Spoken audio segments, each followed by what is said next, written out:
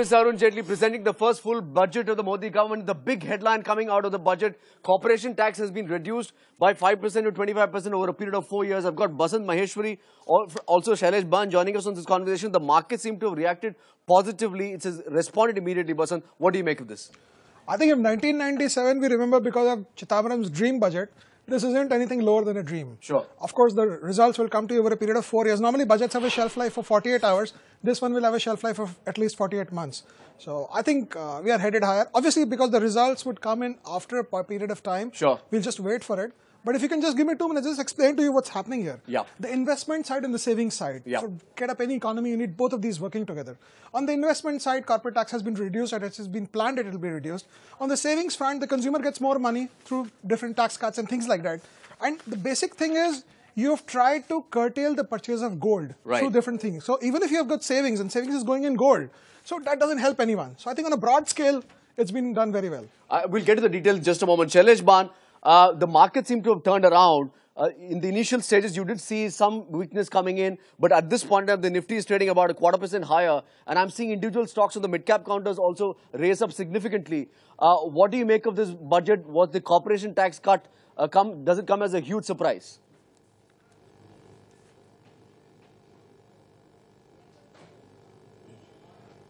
See, the budget directionally is a continuation of what the government has been saying over the last 9 months. So the good part is there is a roadmap to deliver, there is a direction to take, and that direction has been consistently been maintained. In terms of the corporate tax cut, it leads to a lot of simplifications. A lot of other exemptions will go, but there will be simplification in terms of tax administration and how it will happen, and that will ease growth.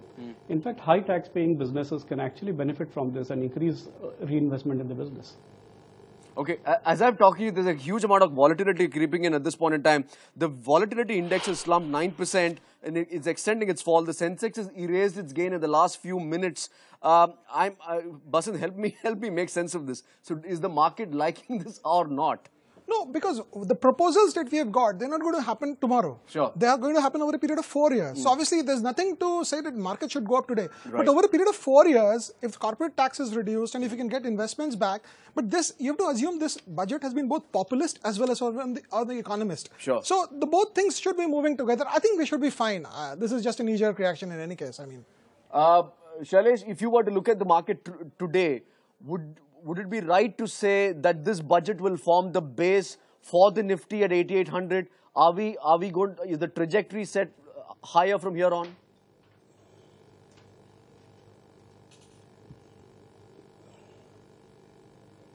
See, directionally, there has been what has been said in the last 8-9 months continues to be the same. Sure. And India continues to benefit from the macroeconomic positive tailwinds which it has. I think what is critical is a continuation of this and recovery of growth, which is likely to come up over the next 12 months, will drive earnings of companies and hence actually support the markets. So all in all, directionally, I think over a period of time, over the next 12-24 months, we are looking for very good opportunities in equities. Sure. Basant, if you were to look at value in this market right now, for anyone who is waiting for the budget event, now that's behind us, where do the markets go? What are the factors that will define the trajectory of the markets? see, it's not easy to turn around a company in 3 quarters, and this is a country. Sure. So we have to give them some time for that. On a broad scale, nothing's going to change tomorrow, day after. It's not going to change.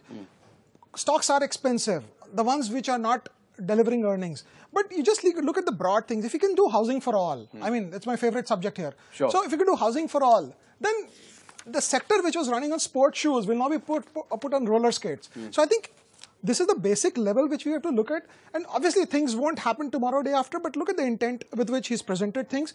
There has been populist measures like, medical insurance and things like that for the poor.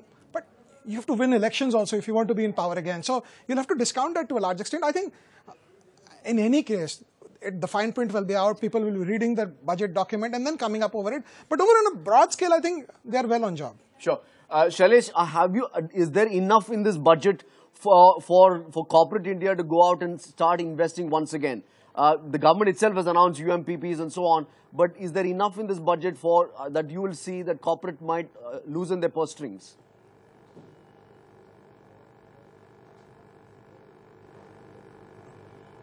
See, what corporates would be looking forward is certainty in terms of policy framework. I think that is there. Continuation of what has been initiated in the last few months that is there. So directionally, whatever has been expected of from a point of view of continuation of policy and the direction of effort overall and the roadmap, like even in the railway budget, there's a clear roadmap for the next few years.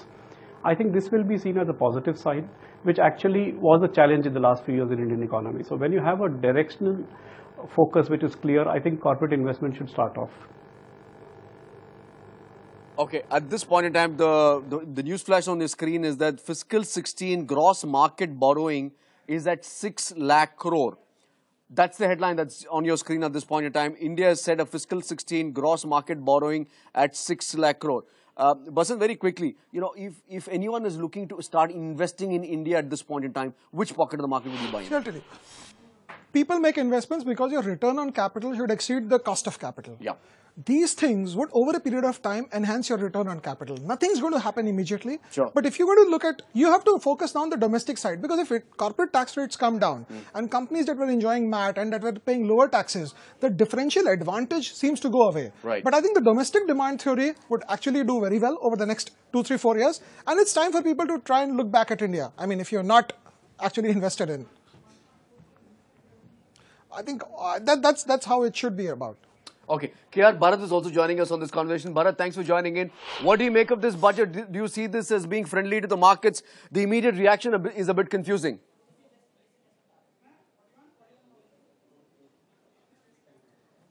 Hello. Okay, I don't think I've got Bharat as yet. Shailesh, very quickly, there's been enough in terms of encouraging foreign institutional money. Do you see capital flows sustaining? Do you see domestic flows getting better?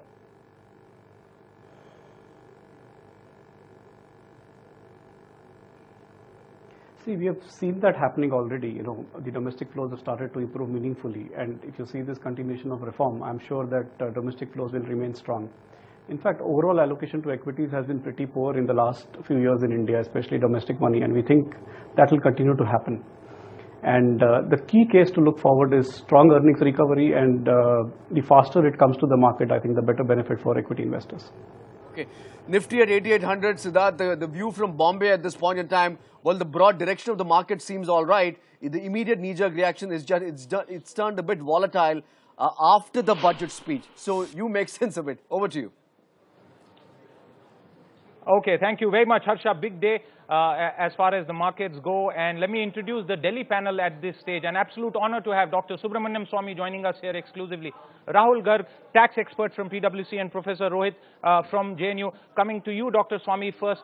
The big headline really being these number of changes that have been made on the black money front. And I'm taking this discussion away from the markets for a minute to get the first key takeaway from Dr. Swamy.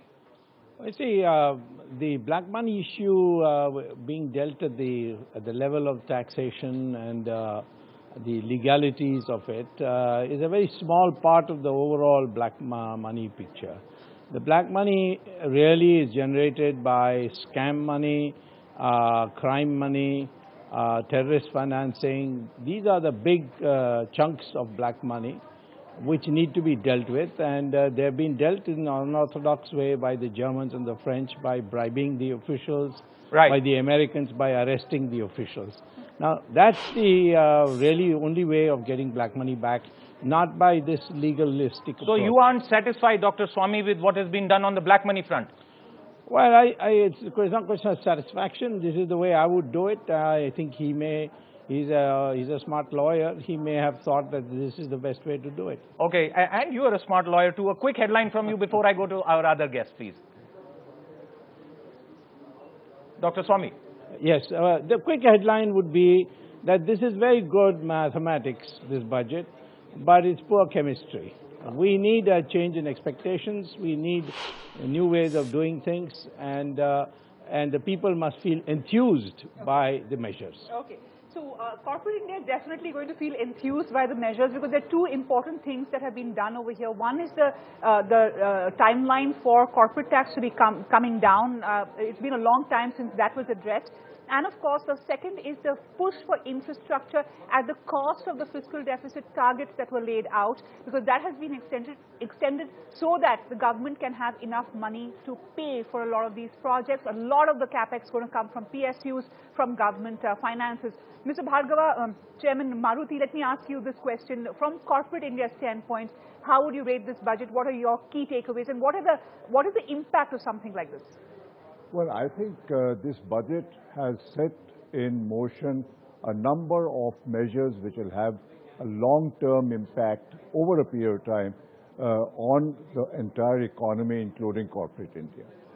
I don't think it's realistic to expect that in 1 year or one budget, all the issues can be solved at once, which have been there for years and years.